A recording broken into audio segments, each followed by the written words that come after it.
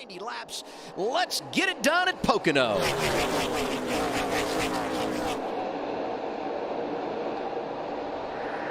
Out there from 21. Still too wide. Had teammates lined up on the outside. Oh, you see the 21 Mike Snyder get loose here on the bottom. I think that outside's going to be the preferred lane, and if you watch when they come off of turn one, you're going to see all the guys in the trouble big time. The 19 of Brandon Jones hadn't even told the story that hours ago, just over an hour ago, he got his first career win in Gander trucks at Pocono, and now this. What a rough start. Second year in a row they've had an early exit. His luck at this track has been absolutely terrible, and we'll have to see what happened here for him. But, man, that joy of that win is instantly wiped away right here.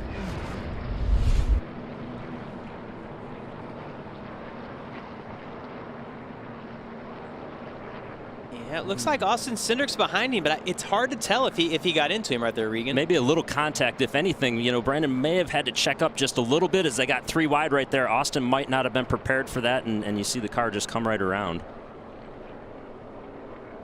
Yeah, you might be right. It looks like the 19 might have checked up a little bit so he didn't get into the car on his outside. And the way these bumpers line up, a little bit of contact picks it up, and that's a sketchy part of the track already.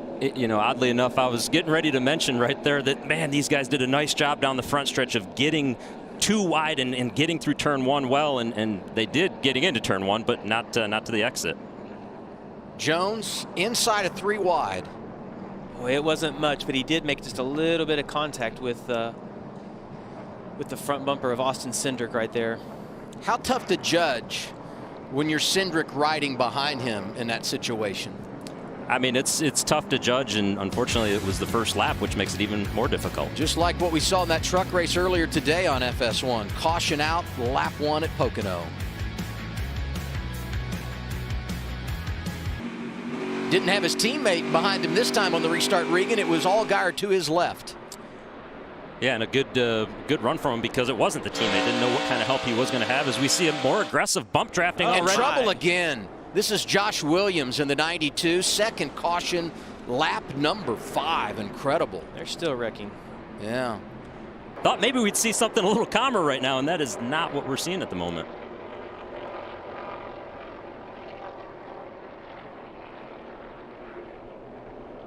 Well, it looks like he just got loose, Regan. Like, I don't think there was any contact there. It looks like Josh just got a little bit free right there. That car behind him, the blue and white car, it appeared to be Daniel Hemrick in the 8. And we'll take a look at another angle here. What do you see, Regan? I think there was definitely contact from this angle. Daniel Hemrick just washed up the racetrack just a little bit there. I feel like if we happen to see the right front of Daniel Hemrick's car, we'll probably see just a little bit of markings on that from getting into the left rear.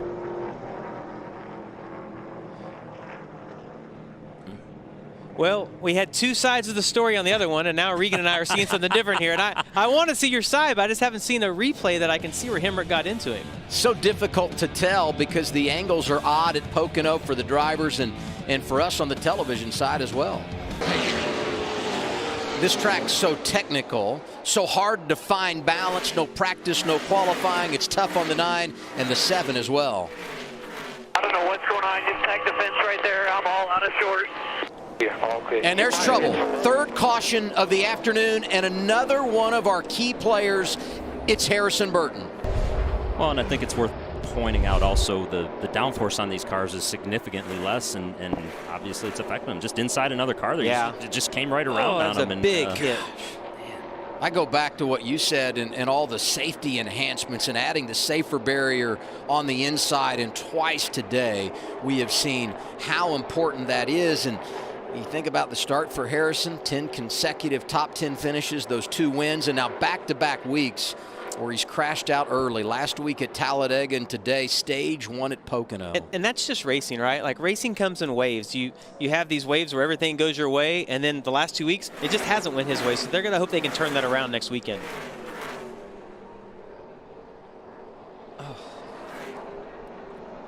Here's the radio for Harrison Burton. He's going to continue to do that now. And you know what? I mean, you're going to win this stage here. It certainly would appear, unless something crazy happens in the final couple of turns.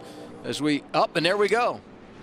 90 Oh. is in trouble, and that's not good for Alex Labbe, who brings out the 4th caution of the afternoon, and it's going to be very difficult for them to pull the upset when it comes to the dash for cash with damage on that Chevrolet Camaro.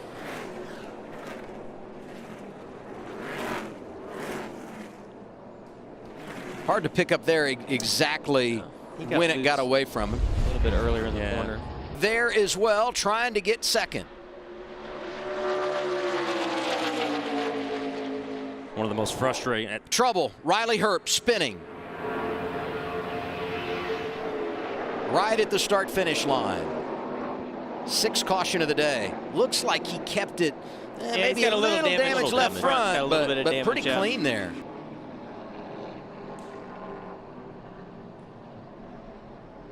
Yeah, I'm going to say that was help. Yeah. How do you do? Yeah. Interesting spot to get help at Pocono.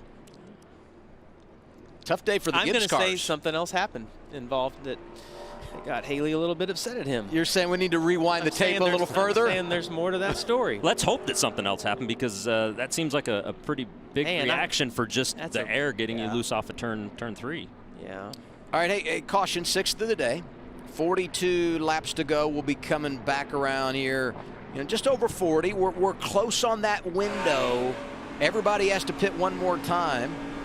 I don't know. It's got me thinking strategy here, this caution. It's got me thinking I want to hear his in-car radio to see what he said afterwards. That's what I'm thinking.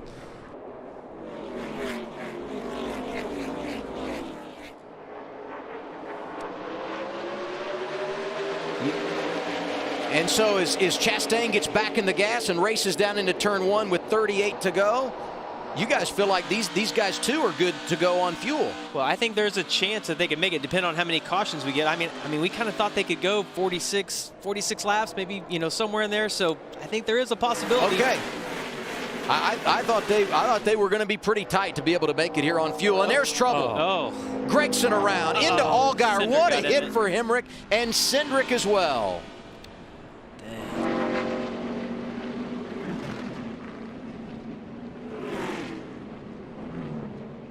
Who's good on fuel, who's not. These caution laps going to be huge for those teams out front. Right, yeah. Exactly. He's saving as much as he can right now.